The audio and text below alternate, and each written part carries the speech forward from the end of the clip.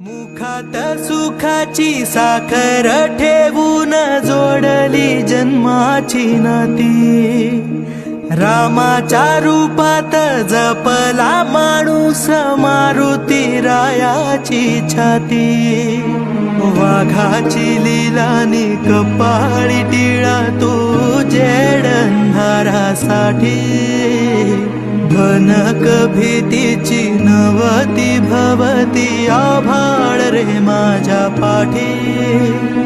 देऊन किनारा मनाच्या होडीचा सारंग हरवला माझा